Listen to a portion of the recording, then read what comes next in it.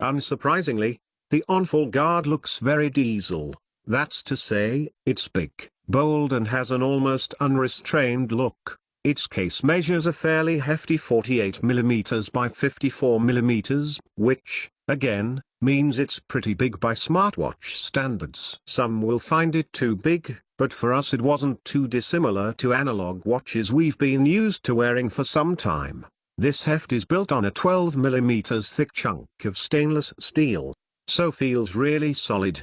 Most of this lump of steel on our model was kept to its natural silver coloring, brushed to finish. In contrast, the bold bezel around the screen is black, and has 4 striking arms that reach around the edges. Like the case, it's brushed to finish, apart from a slim polished chamfer on the inside. Interestingly, it's not quite as polished and minimal as a dress watch might be, but you could wear the on-full guard with most outfits and get away with it. The black and silver coloring is classic enough, and the leather strap is a simple affair. Stitching is color matched to the soft touch leather, while the brushed metal studs at the top of each strap and the clasp matches the body's finish. Despite it not being designed for sports use whatsoever, the on-full guard is built to survive the elements. With IP67 water and dust resistance, you'll be fine to wear it in virtually any weather. The product name is certainly fitting. Then, the right edge of the watch features 4 physical controls,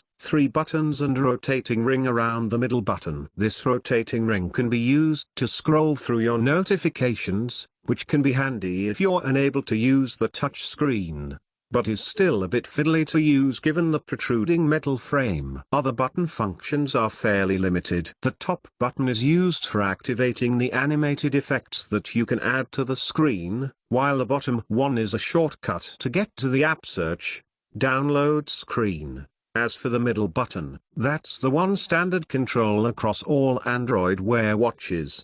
Press it once to go to your installed apps, or go back home if you're in another screen. Long press it to launch Google Assistant for voice control. None of the on-full guard's buttons feel particularly solid or clicky. The top and bottom ones do have a slight click when pressed, but the middle one is just plain mush. There's no haptic feedback to let your senses know that you have, indeed, pressed it successfully. If there's one element of this diesel watch's design, it's the charging cable. Similar to the Apple Watch, it's a simple USB cable with a magnetic disc at the end. Only problem is that it feels very cheaply made, and the magnet that holds it to the steel case isn't very strong at all. It was too fiddly to get it aligned and sitting flat, and, frankly, it's untidy and doesn't suit this premium-looking watch at all. We'd much rather have a dock, stand-based system like Samsung's Gear lineup, or a cushioned stand similar to what Fossil has offered on its Q watches. On the design side, then, the on-full guard is a case of form over function. If there's a follow-up model, we'd like to see a much better charging solution, a more clickable middle button and rotating crown that's much easier to use. Like most of the current crop of Android Wear watches, the on-full guard's screen is fully round, which is a great thing. We're finally rid of the flat tire that plagued a lot of the older devices, appearing as a black bar across the base of the display. That means the diesel's screen is properly round, filled with content like a proper watch, with no portion cut off. The screen is easily one of the diesel watch's best features. With a resolution of 454 by 454 pixels, spread over 1.4 inches of AMOLED, it offers a sharp, colorful and contrastful picture. Diesel makes full use of it too, offering some interesting animation options and very customizable watch faces, that we'll get to shortly. This isn't a sports watch, or dedicated fitness tracker, which is why you won't find GPS or a heart rate monitor on board. That makes sense, being a fashion watch, but it does make it less useful than some other devices out there. Given its cost, that might prove to be an oversight on Diesel's behalf. To set itself apart on the software side, Diesel has gone for design customizability. Each of its 6 built-in watch faces is fully customizable down to the last detail. You can change the color and design of the hands, the indexes, backplate, and pretty much every element of the watch face.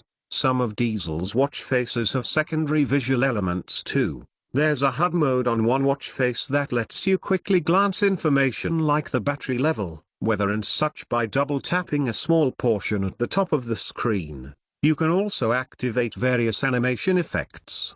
In these, Diesel has pretty much gone into full-on gimmick mode. There's a weather mode that shows weather animations over the watch face. If it's storming outside, you'll get a lightning bolt across the screen. There's also an activity mode, which is just plain annoying.